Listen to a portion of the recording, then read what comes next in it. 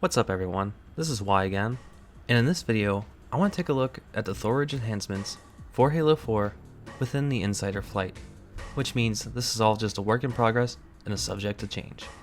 The only Forge canvas available in this flight is the map Impact, so that's the only one I'll be looking at today. Let's kick things off by looking at each of the new Forge pieces, starting with the vehicles. You can now fly the broadsword from the campaign in multiplayer. You can toggle between two different weapons, an automatic machine gun or a rocket barrage. It also has the ability to boost. As expected, it's a very fast vehicle, so you're going to need a lot of room to fly it around. The next vehicle I want to take a look at also comes from the campaign, and that's the Pelican. And just like the broadsword, it also has two firing modes, the chain gun and a charged up laser. It also has the ability to boost, but it makes really wide turns. So again, you're going to want a lot of play space for this vehicle. Along with the driver's seat, there's an additional seat on each side of the Pelican that other players can sit in to man the side turrets. There's also a fourth seat. This one's located right behind the pilot's seat. Sitting here grants you access to the Pelicans Cannon. Operating this cannon is very similar to the Scorpion tank's main gun.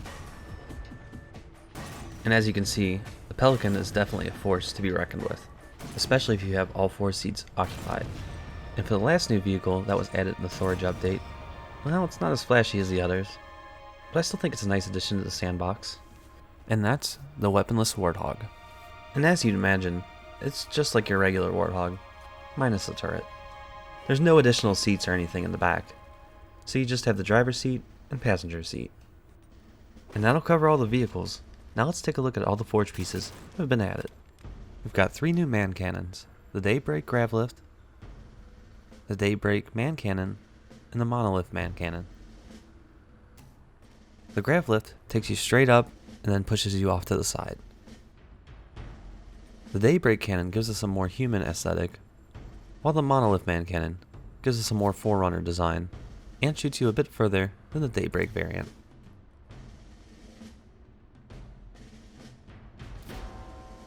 Over here, we'll see the green screen piece, which used to be a Forge Island exclusive piece.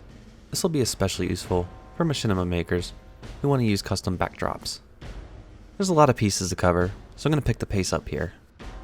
We've got the Jersey Barrier, the Crate Metal Large, Crate Large, Crate Barrel, Crate Small, Crate Metal Small, Landfall Crate Large 1, Landfall Crate Large 2, Landfall Crate Small 2, a weapon rack to store weapons. There's this base turret, which is just there as a prop. It's not an actual weapon that you can use. And the same can be said for this missile battery. It's just another nice looking prop, and not a functioning weapon that you can fire. There's the Skyline base cover, the UNSC canister, which is not explosive, the Landfall forklift, which you cannot drive, it's just there as a prop, the Pitfall Cone, which is a slightly different design than the other cones found in Halo 4, that more closely resembles the cone seen in Halo 3. Next we'll take a look at the Covenant pieces. We've got the portable shield, which you can destroy, and it'll regenerate, the Covenant barrier, Crate Small, Crate Large, Container Small, Container Open Small. You can see the portable shield that regenerated off in the distance there. A weapons rack,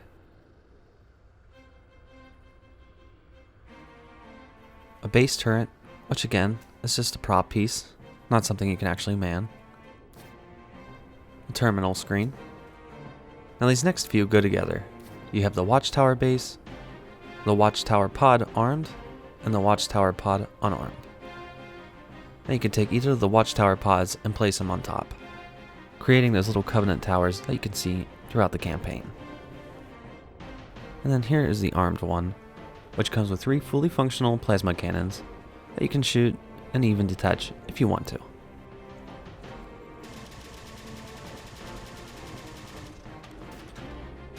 And moving along, we've got the antenna small and a base shield small which acts kind of like a covenant window that you can't shoot through, nor can you pass through it yourself.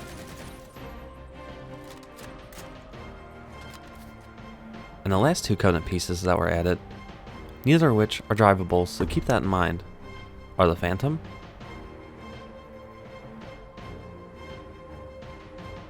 and also the Lich, which you may remember from the Halo 4 campaign. And as you can see, this thing is giant. So big, in fact, you can go in, walk around, and it would comfortably fit a number of players. This thing's just about big enough to be its own play space. It has multiple floors, with each floor having its own unique layout. And as I mentioned earlier, you can't pilot it, but it's still a really cool piece. It even has a ramp that takes you to the top of the ship. From here, there's a hole on the other side of the ship that you can use to drop back in. If you remember from the campaign, this is the part of the ship where you blow up the core and destroy the ship. And as you can see, the core is not here, so that doesn't really work the same way as it did in the campaign. Now let's take a look at the Forerunner pieces. We have the Forerunner style weapons rack, barricade small, barricade large, crate small, crate packaging large, crate packaging small, terminal screen, cover, and cover crenellation. Next up is the natural pieces. We've got Vertigo Rock Small, Vertigo Rock Large, Rock 1, Rock 2, Rock 3, Rock 4, and Rock 5. Then we have Tree 1, Tree 2, and Tree 3. Then we have the Forge pieces that were exclusive to the Forge map Ravine, which is Artifact Base, Base 1, Base 2 left, and Base 2 right, the Bridge Wall, Catwalk 1, and Catwalk Lip. We also have the Forge pieces that used to be exclusive to the map Erosion. These are each different various sizes and shapes of pipe. And then we have some Forge pieces from the map Vertigo. We've got the base floor, base shield, base wall back, base wall front, catwalk 2x2, catwalk 2x4.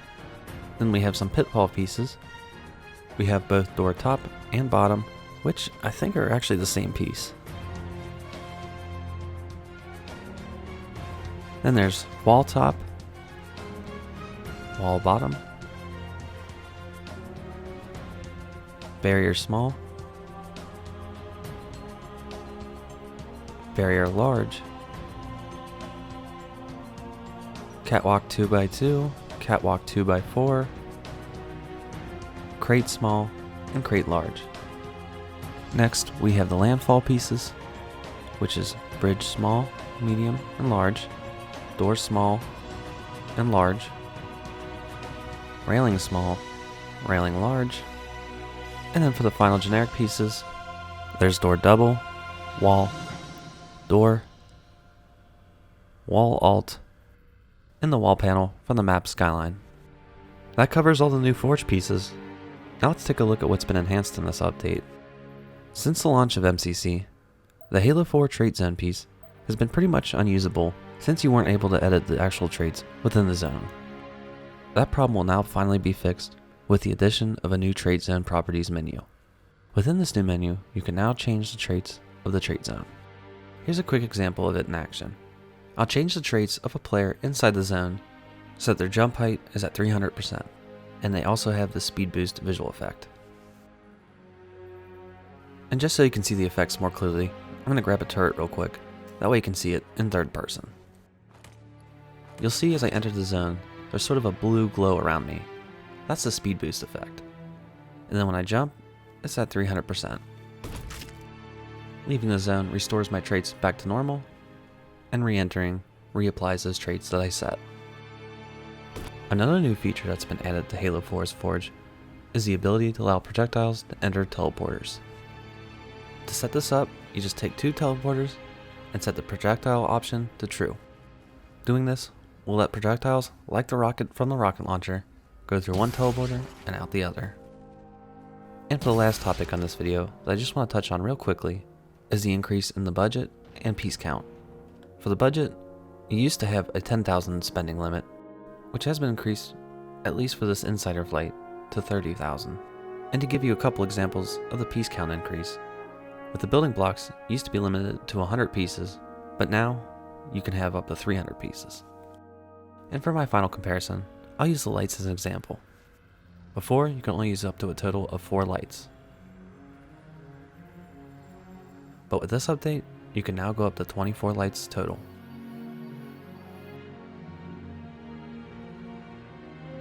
And there you have it, the Halo 4 Thorage update and MCC. If you enjoyed the video, consider hitting that like button and subscribe to my channel for more content. Thanks for watching, and have a good one.